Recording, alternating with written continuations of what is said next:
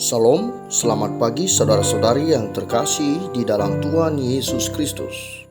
Selamat berjumpa kembali di dalam renungan pagi hari ini. Sebelum kita membaca dan merenungkan firman Tuhan, marilah kita bersama-sama mempersiapkan hati dan pikiran kita dan memohon tuntunan Roh Kudus. Mari kita berdoa. Bapa Surgawi, kami datang kembali menghadap-Mu. Kami berterima kasih untuk hari baru yang boleh kami terima hari ini. Sebentar kami akan kembali membaca firman-Mu, firman yang akan memberikan kekuatan bagi kami, firman yang akan menumbuhkan iman kami. Biarlah kami semakin hari semakin menjadi seperti yang Engkau harapkan. Sertailah kami di dalam renungan firman pagi ini. Berfirmanlah ya Allah, kami umat-Mu siap mendengarkannya.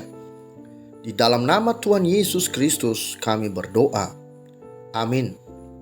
Saudara-saudari yang dikasihi Tuhan, renungan firman Tuhan pada pagi hari ini terambil dari Efesus pasal 5 ayat 16.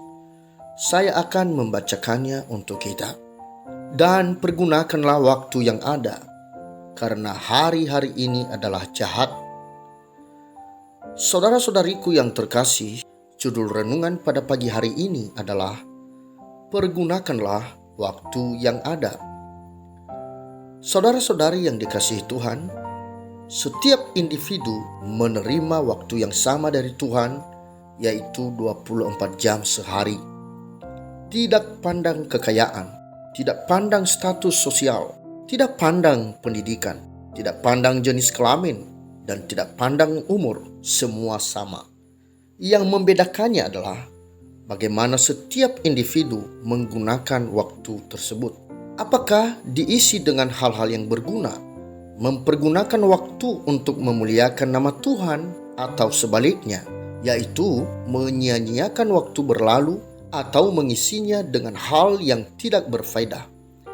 Pepatah lama mengatakan bahwa waktu itu adalah uang. Waktu adalah peluang, waktu adalah kesempatan. Betapa berharganya waktu yang diberikan Tuhan bagi kita. Saudara-saudari yang dikasihi Tuhan, pada nats bacaan kita ini, Rasul Paulus mengingatkan jemaat di Efesus agar mempergunakan waktu yang ada, karena hari-hari ini adalah jahat. Maksudnya adalah agar jemaat Efesus bisa mempergunakan waktu dengan sebaik mungkin, menggunakan waktu dengan bijak, mengisi waktu untuk pekerjaan dan pelayanan bagi Tuhan, agar jemaat memperhatikan hidupnya dengan seksama apakah sudah sesuai dengan kehendak Tuhan.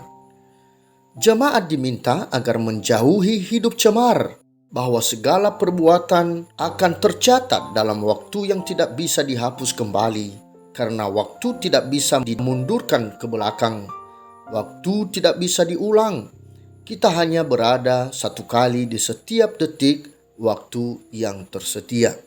Saudara-saudari yang dikasihi Tuhan, dalam bahasa Yunani kuno ada dua kata penyebutan untuk kata waktu, yaitu kronos dan kairos. Yang mana kata kronos mengacu pada kronologi atau urutan waktu, seperti jam ke jam, hari ke hari, minggu ke minggu, dan seterusnya, bergerak tak berhenti dan tak kembali. Sedangkan kairos menandakan di antara suatu periode waktu, atau waktu khusus, atau momen khusus, yaitu lebih kepada kualitas sebuah peristiwa yang terjadi di dalam urutan waktu. Maka hanya orang-orang yang bijaksana sajalah yang akan menemukan kairosnya. Mereka akan memakai waktu dengan perencanaan yang teliti dan berdisiplin tinggi, menggunakan waktu atau kesempatan yang ada yang ditemukannya. Mereka menyadari bahwa kesempatan tidak datang dua kali, sehingga mereka dengan kedisiplinan, ketekunannya, berusaha mengukir hari-harinya dengan banyak peristiwa keberhasilan di setiap kesempatan yang ada.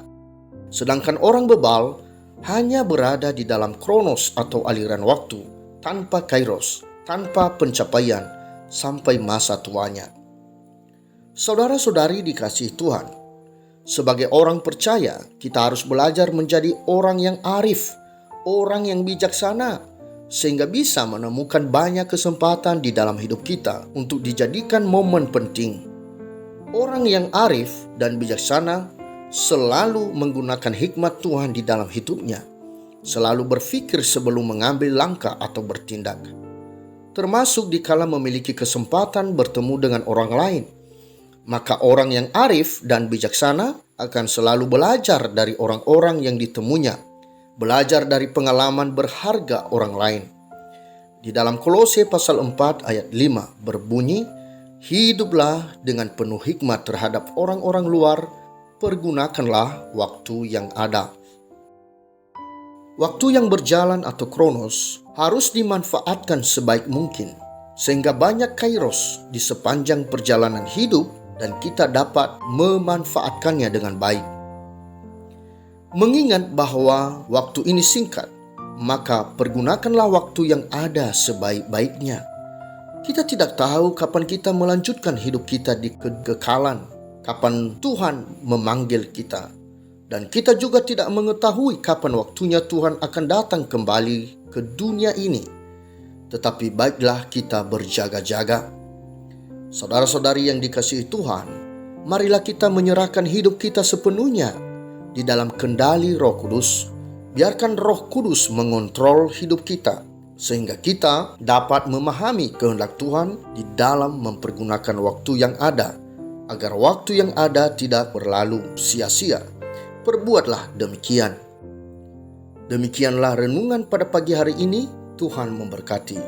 Kita akan menutup renungan dalam doa. Tetapi jika saudara ingin didoakan secara khusus, hubungi email kami.